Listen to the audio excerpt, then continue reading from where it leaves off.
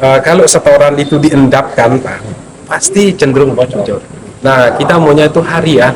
Kan apa sih bedanya sekarang semua non tunai?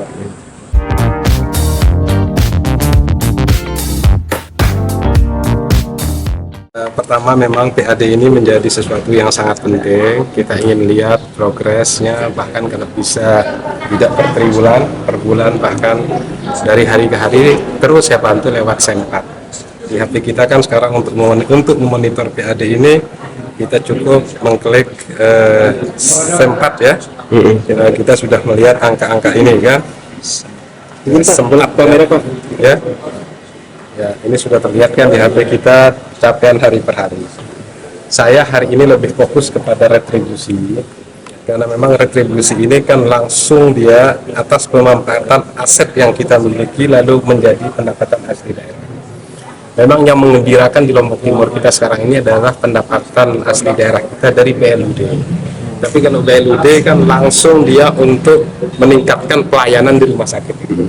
Misalnya bagaimana hebatnya PAD Dusujono di rumah sakit RSLT maupun Batu Karya setelah bekerja sama dengan BPJS, kelimannya bagus, tapi kan itu lebih dipakai untuk meningkatkan pelayanan di BLUD itu sendiri.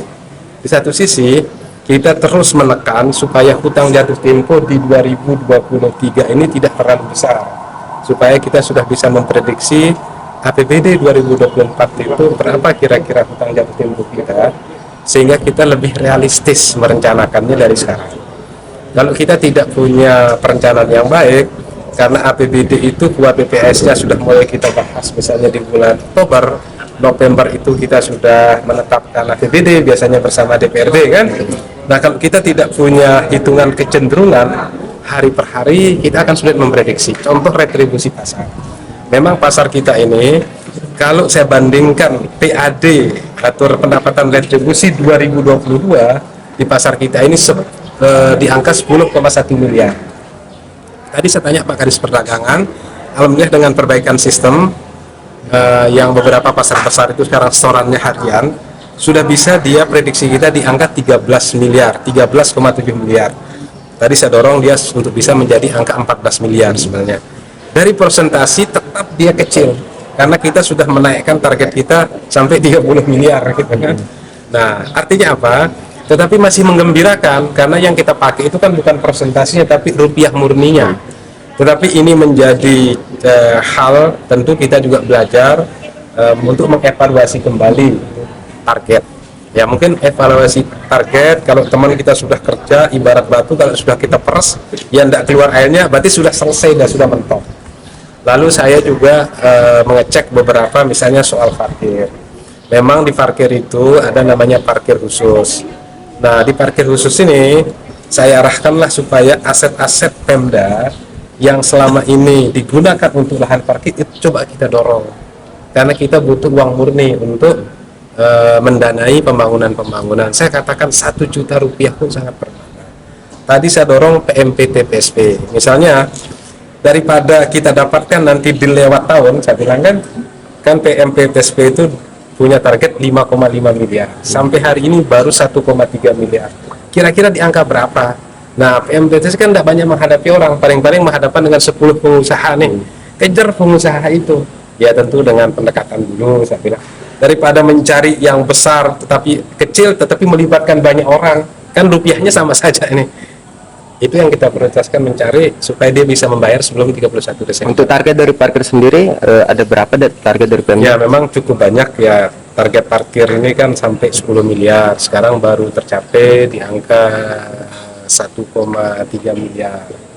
Mungkin juga targetnya yang kurang realistis. Mungkin PAD lewat parkir ini banyak jebol. Ya saya tidak kata-kata mungkin kan bisa kalau kata depannya mungkin ya mungkin, karena tidak mungkin di dunia ini tidak mungkin kan gitu. Tetapi tentu kita ngomongnya by data by fakta. Artinya apa?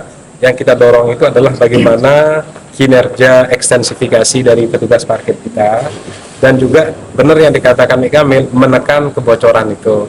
Tapi menekan kebocoran itu saya katakan kalau setoran itu diendapkan Pak, pasti cenderung bocor. Nah, kita maunya itu harian. Kan kan apa sih bedanya sekarang semua non tunai, nomor rekening sudah ada.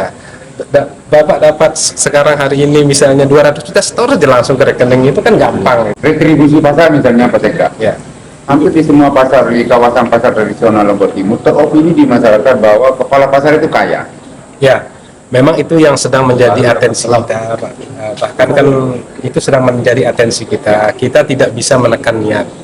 Yang kita tekan itu kesempatan. Selama retribusi pasar itu mengendap, itu ada niat, ada kesempatan kita. Kita ini kan bukan malaikat, kita ini manusia. Yang kita terus dorong sistem yang baik itu adalah mengurangi kesempatan. Bagaimana cara mengurangi kesempatannya? Dengan setor harian. Kalau setor harian, itu bisa kita pantau, Pak. Kalau hari ini misalnya dia setor hariannya misalnya 1.500.000, kan tidak mungkin ada penambahan pasar, tidak mungkin ada penambahan pedagang, tidak mungkin pedagangnya berkurang, maka pasti kita bisa ikuti iramanya 1,5. Karena kalau 100.000 saja bocor tiap hari, kalau 1 juta sudah hilang berapa? Kalau 1 bulan sudah hilang berapa? Itu yang tidak kita inginkan. Kalau 1 juta bocor tiap hari, berarti kan 30 juta bocor tiap bulan. Itu dalam satu kawasan pasar. Tapi kalau dia store harian, kita bisa langsung lihat, Gampang kita deteksi. gampang kita deteksi.